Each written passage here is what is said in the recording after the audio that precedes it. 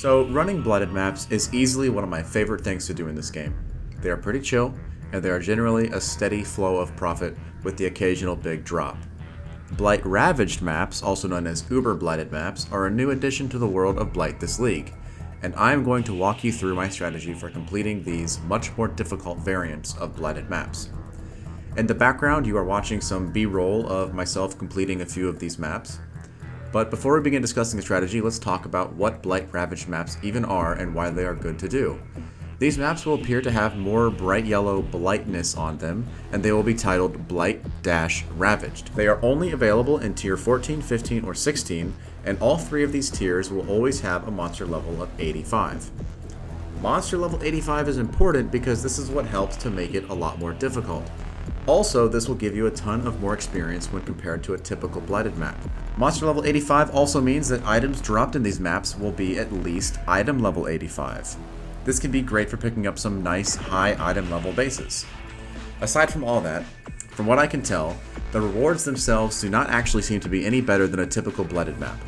The main reason for doing these maps is simply the extra experience and the item level 85 plus items.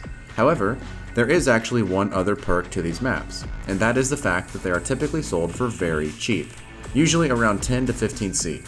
Meanwhile, a standard tier 16 Blighted map will sell for something like 20C on average. This means you can really start to see your profits increasing when the cost of each map is so low, considering everything you get out of it. Personally, I believe the low price can be explained in two main ways. Firstly, these maps are very difficult unless you know what you're doing, so people who just don't care to learn might be more inclined to just throw them up on the market. And also, secondly, these maps really aren't all that rare.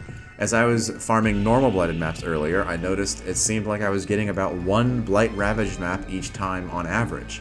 They drop from the oil chests, and if you get a good number of oil chests in a high tier Blighted map, you're likely to get one. So the price of these maps may be quite low just due to a high supply. So the first part of our strategy discussion will probably not be a point that you would like to hear, and that is to have a good build. I know that's a pretty weak point to make, however, I believe it is very necessary to mention because although when following my tower setup strategy you might be able to complete these maps doing no damage yourself, the truth is that it is simply not going to always be that easy. This strategy relies on stun locking the monsters, especially the bosses, and winning by simply preventing the monsters from ever advancing past your choke points. The problem with this is that sometimes you just do not have the tower set up in time to deal with the onslaught of monsters, or, and this is the big one, sometimes one, two, or several of the groups of monsters spawning will be completely immune to stun towers altogether. Meaning, you need to take care of them all by yourself and with the help of other tower types should you decide to build them as well. So with all that being said, I will reiterate the point once more. It is not always necessary, but if you do not have a high DPS build, I'm sure you will find that occasionally monsters just walk right past you, either killing you if you get in their way, or not, straight to the pump, and cause you to fail the map. This is what we are trying to avoid entirely. If you can get to the point where you feel comfortable enough and your build can perform well enough, if necessary, to never fail a Blight-Ravaged map, then you will be making tons of currency very easily. One quick tip about a good build for this, and something you might be noticing in the background here, is that any build that causes monsters to explode, dealing a percentage of their life to other monsters nearby, will be able to do a ton of damage to bosses. Oftentimes, bosses have hordes and hordes of enemies near them at any given moment, especially if they are all being stun locked together and grouped up. I've had a few instances where I've cast a single spell on a huge pack, and everything, including a near full HP boss, just instantly dies.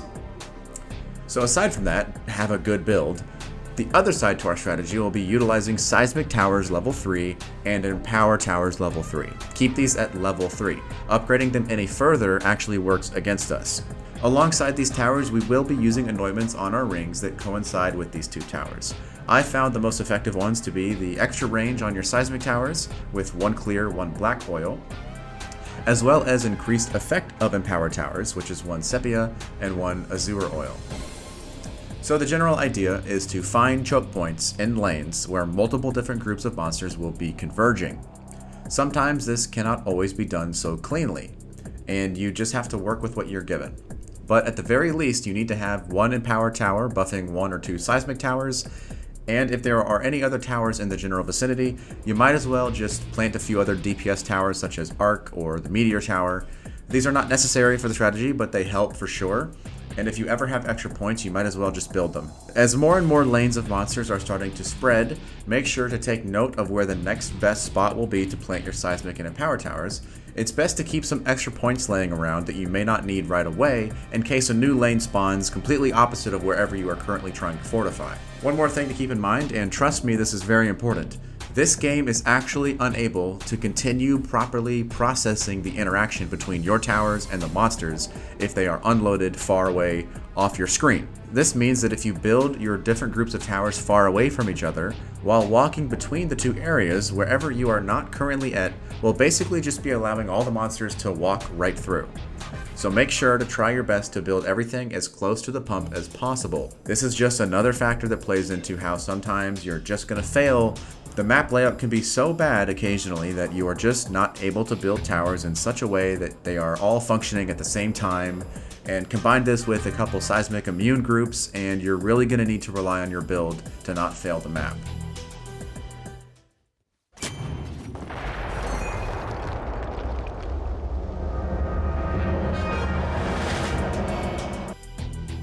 In regards to anointing the maps and how exactly to roll them, there are actually a few anointments that will make the whole encounter easier for you.